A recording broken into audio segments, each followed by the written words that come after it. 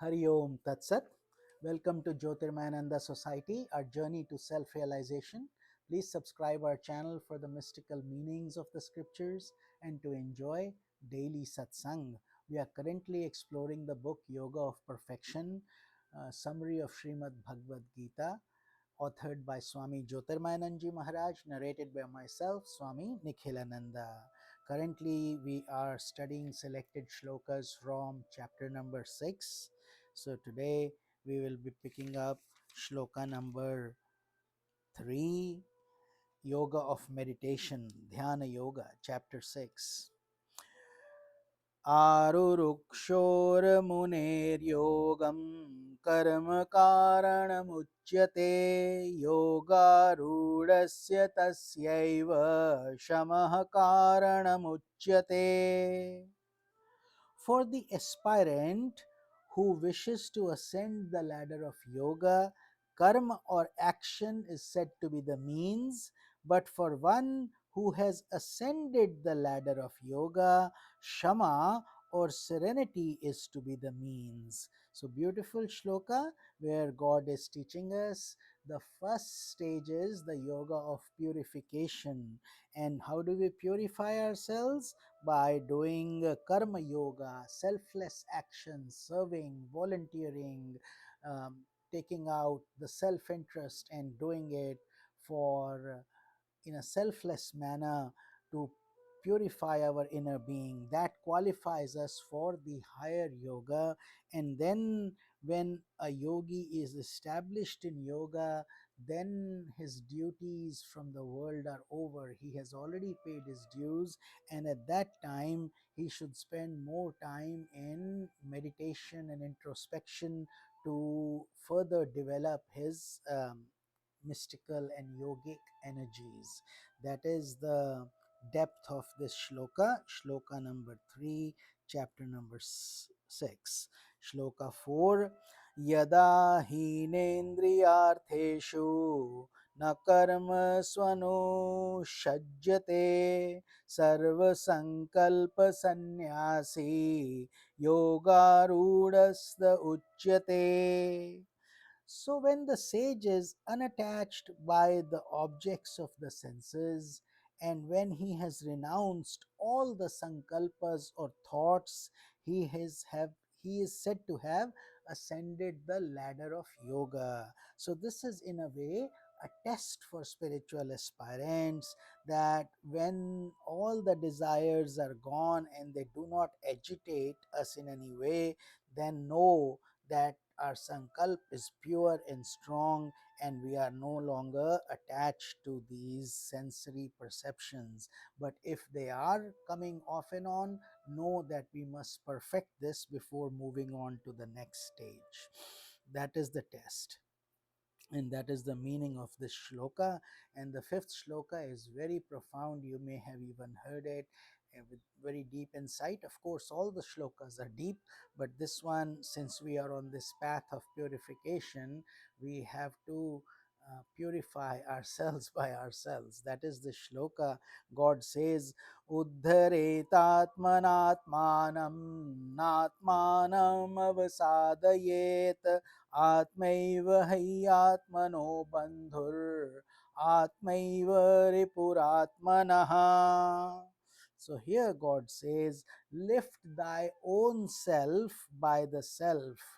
So lower self, lifted by your higher self. And what is the higher self? Your purified mind. And do not sink in the ocean of the world process, because verily thy own self, in this case your higher mind, is thy friend. Thy own self, the impure mind, is thy enemy. So you have to be very mindful of the vices and virtues within you.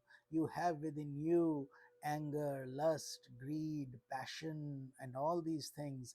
And within you, you also have compassion, kindness, serenity, peace, um, devotion.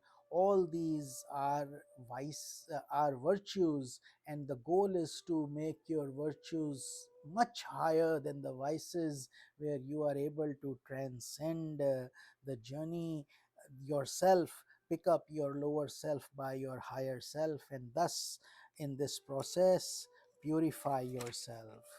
Then moving on to shloka number 11,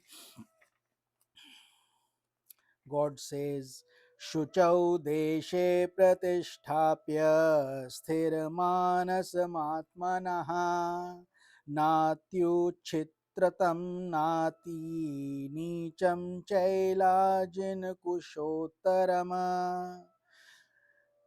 In a pure spot, which is neither too high nor too low, let a practitioner of yoga spread kusha grass, then some kind of antelope skin, and then a cloth. And I will explain this for today's application. So here God is teaching us how to meditate, and the meditation should be um, in a relaxed manner without adding too much stress to the body. So keep your neck, spine and head in a straight line in a comfortable way, and where you sit down should be ideally a clean, pure spot in your home, anywhere, ideally the same place, so you can create your energy center there.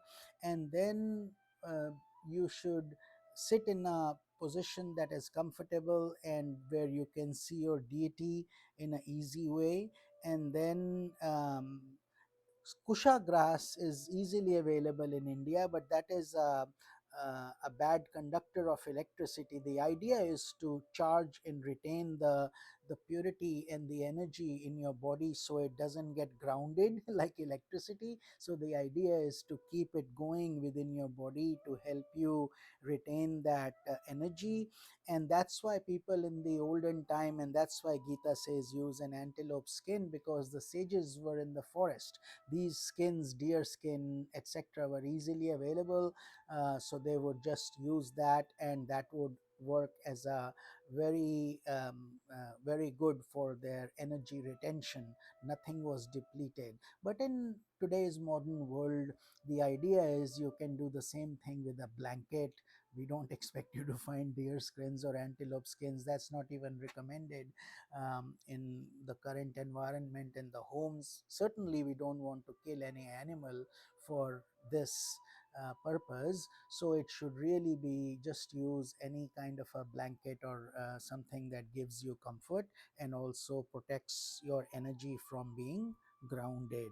And then some kind of a comfortable cloth. That's what God is trying to guide us here through this process. Shloka number 12, तत्रैकाग्रं मनः कृत्वा यच्चित्तेन्द्रियक्रियः उपविश्यासने युज्याद् योगात्मा vishuddhaye.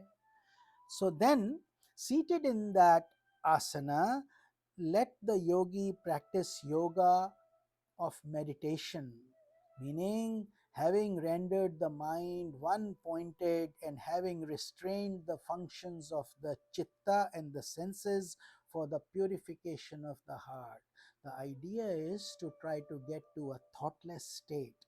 So, therefore, try to focus on any object of your liking, whether it's a candlelight or it's your favorite deity, or it's just the feeling of the ocean or peace, whatever that works for you. It is more of an individualized process. There is no restriction in yoga. You are allowed to do what comes naturally to you for your progress.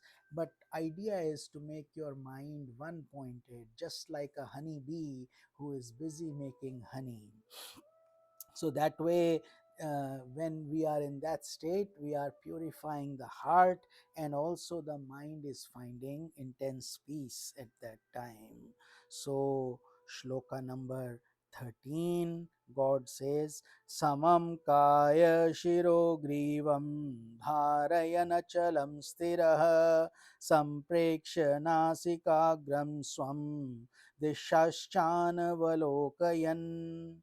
Then here God is saying, keeping the body steady, the trunk, head and neck in a straight line, Let the yogi gaze at the tip of the nose without looking elsewhere. That can be here where you see I'm wearing this orange dot. This is called the Agnya Chakra. In the Kundalini Yoga, it's known as the command center. Agya means to command. So when we focus on that tip, the idea is the mind slowly starts getting into a trance, the worldly thoughts start subsiding.